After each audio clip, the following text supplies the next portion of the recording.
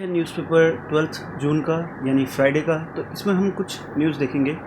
सबसे पहली न्यूज़ है कि India lifts export ban on anti malarial drug hydroxychloroquine. India ने एक्सपोर्ट बैन हटा लिया है। दूसरी न्यूज़ है efforts on to resolve LAC situation at earliest, मतलब जितनी जल्दी हो सके LAC की जो सिचुएशन है उसको रिजॉल्व करने के लिए मिनिस्ट्री ऑफ एक्सटर्नल अफेयर्स का ये वो है। और cash withdrawals from ATMs decline by half in value in April, ये है न्यूज़। और it's time to make bold decisions and investment, ये मोदी जी ने कहा है।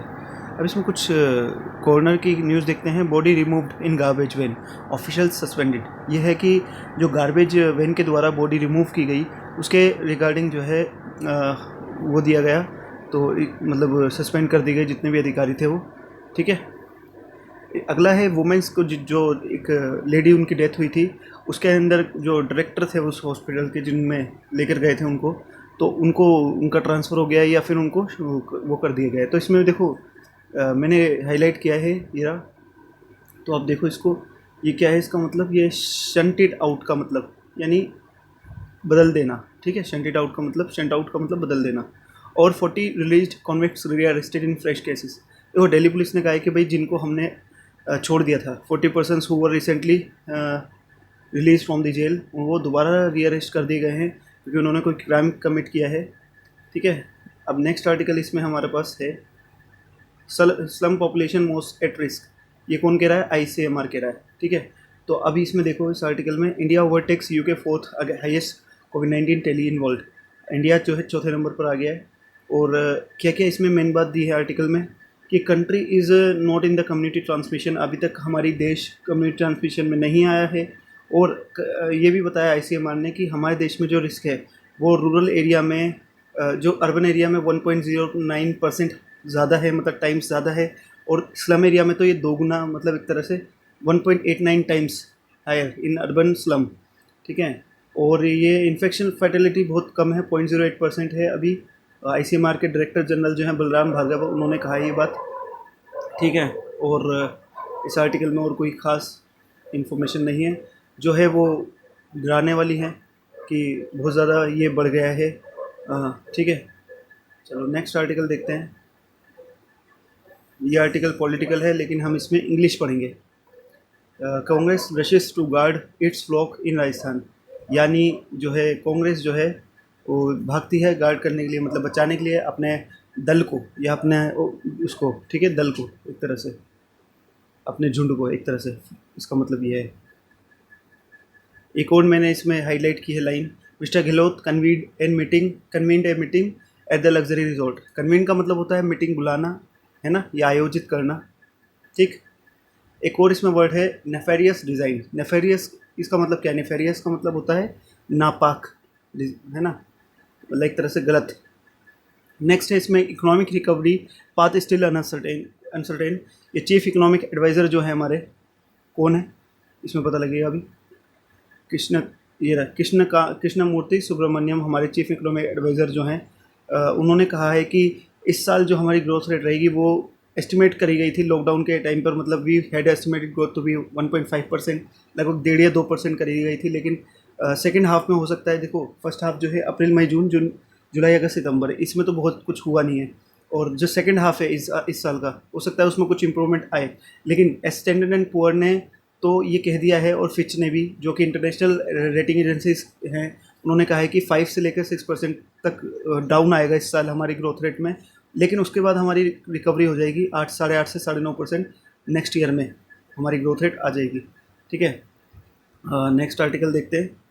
आंध्र प्रदेश तक मानसून पहुंच गया है और मछली पकड़ते हुए ये वहाँ के फार्मर्स हैं, ठीक है। रेन वाटर फिशिंग है ये, ठीक है। नेक्स्ट आर्टिकल है पंजाब के CM ऑर्डर कर रहे हैं स्ट्रिक्ट लॉकडाउन के लिए हॉलीडेज़ पर और वीकेंड्स पर।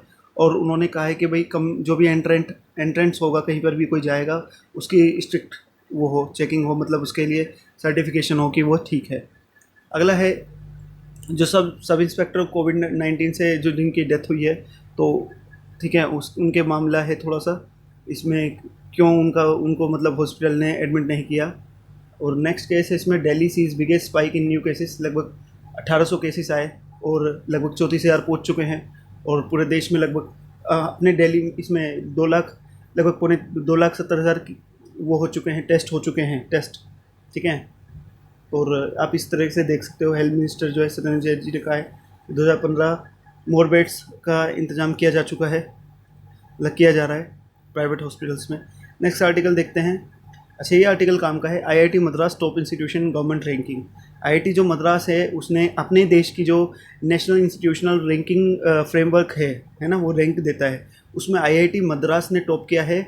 सेकंड नंबर पे आईआईएससी बेंगलुरु और थर्ड नंबर पे है आईआईटी दिल्ली, ठीक है। अब ये रैंकिंग आप यहाँ देख सकते हो, जैसे कि देखो आप टॉप जो 10 है उसमें कौन कौन है। आई आई टी 7 तो IITs है, और IISC भी है, JNU भी है, बनारस हिंदू यूनिवर्सिटी भी है। तो आप देख सकते हो ये इनका मतलब ये जो 10 है ना, ये बहुत अच्छे हैं। IIT Madras, IIS, IIT Delhi, Bombay, Kharagpur, Kanpur, Guwahati, JNU, Roorkee और DHU। तो देख सकते हो आप। अब इसमें आप आर्टिकल में देखोगे तो मिरांडा, आप ये देखो, आप ये सब तो है, लेकिन कॉलेजेस की कैटेगरी में मिरांडा हाउस जो है वो नंबर 1 पर है। जबकि मिरांडा हाउस जिस यूनिवर्सिटी के अंडर आता है, दिल्ली यूनिवर्सिटी, उसका वो कहीं पर भी इसमें टॉप 10 में नहीं है, टॉप 10 से हट गई है वो। और मिरांडा हाउस टॉप 1 में है। कॉलेजेस के अगर देखें तो लेडी श्री राम और हिंदू सेकंड और थर्ड है। उसके बाद आप देखो इसमें मेन चीज़ क्या है कि हमारे जो वो हैं MHRD के मिनिस्टर हैं, है ना, HRD के मिनिस्टर हैं, उन्होंने रमेश पोखरियाल निशंक जो है, उन्होंने कहा है कि एक्चुअल में हम जो वर्ल्ड रैंकिंग जो होती है ना, उसमें हमें अच्छी रैंक क्यों नहीं मिलती है, क्योंकि उसमें परसेप्शन का पैरामीटर को लिया जाता है, वेटेज दी जाती है पैरामीटर सचेस। हमारे देश में तो जो दी गई है पैरामीटर, टीचिंग लर्निंग को दी गई है, स्टूडेंट फैकल्टी में स्ट्रेंथ को दी गई है ना, फाइनेंशियल रिसोर्स को, रिसर्च पेपर्स को, इनको दिया जाती है। ये सब ऑब्जेक्टिव चीज़ें हैं, आप इनको गिन सकते हो, काउंट कर सकते हो। लेकिन बाहर जो है ना, वो परसेप्शन पैरामीटर दिया जाता है, इसलिए हमारा रैंकिंग वर्ल्ड में जो है कम आती है। तो आप, मैं इसमें दिखाता हूँ आपको जो अपनी, देखो इसमें,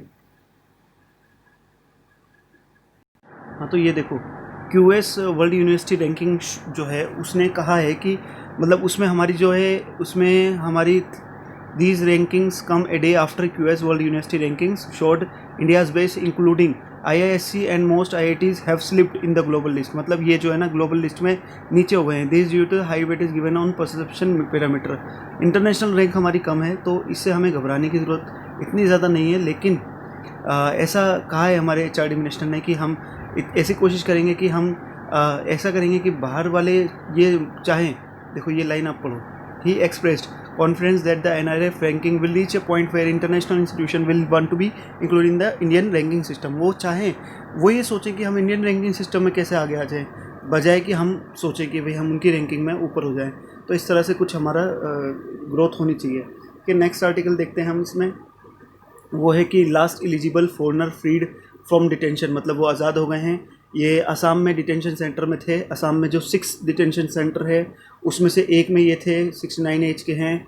और इनका ऊपर ये था कि बाहर के फॉरनर ट्रिब्यूनल ने कहा था कि भाई ये बाहर के हैं, लेकिन कुछ एक्टिविस्ट कहते हैं कि ये वहीं के थे। जो भी है पॉलिटिकल एक तरह से, मतलब जो भी है, आप इसको आर्टिकल को पढ़ सकते हो। मैं तो सिर्फ इतना बता सकता हूँ कि ये 6 वहाँ पर डिटेंशन सेंटर है, दिलबर्गा,